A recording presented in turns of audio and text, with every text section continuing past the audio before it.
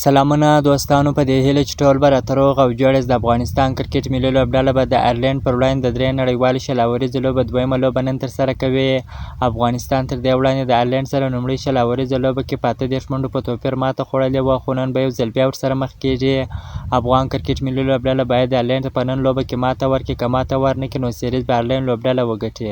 افغان لوبډلې په لومړۍ شل لوبه کې ډېرو ځوانانو لوبغاړو ته چانس ورکړی و، لکه صدیق الله اتل، عیسی کریمي، اجاز احمدزی، ننګیالي خروټي. عیسی کریمي بیا ډېره زبردسته په زړه پورې لوبه وکړه. صدیق الله اتل، اجاز احمدزی بیا دغسې لوبه ونه کړه لکه څنګه چې تمه ځینې کېدله. د افغانستان کرکټ ملي لوبډله باید په نن لوبه کې هم د هغه 11 کسیزه سکواډ سره ولوبېږي، لکه څنګه چې په لومړۍ شل لوبه کې د دغه سکواډ سره لوبېدلې ده.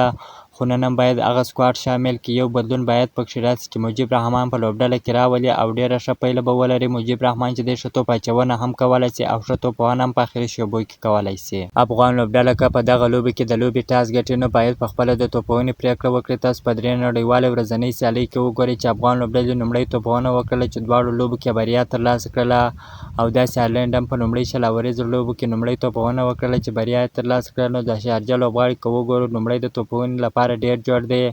په دویمه پړۍ کې په شارجه لوبغاړي کې شونو کېږي، نو دغسې توپونه بیا نه کېږي لکه څنګه چې په لومړۍ پړۍ کې کېږي. ټاکل شوی دی چې افغانستان او آیرلینډ ترمنځ د 3 نړیوالې شل لوبه دویمه لوبه نن ترسره کېږي او درېیمه وروستۍ لوبه سبا ترسره کېږي. که تاسو غواړئ د کرکټ په اړه باندې تازه او مهمو معلوماتو څخه ځان خبر کړئ نو حتما زموږ پیج سره فالو چینل درسره سبسکرایب کړئ. د نورو تازه معلوماتو لپاره نور سره اوسئ. تر بلې ویډیو پورې د الله په امان.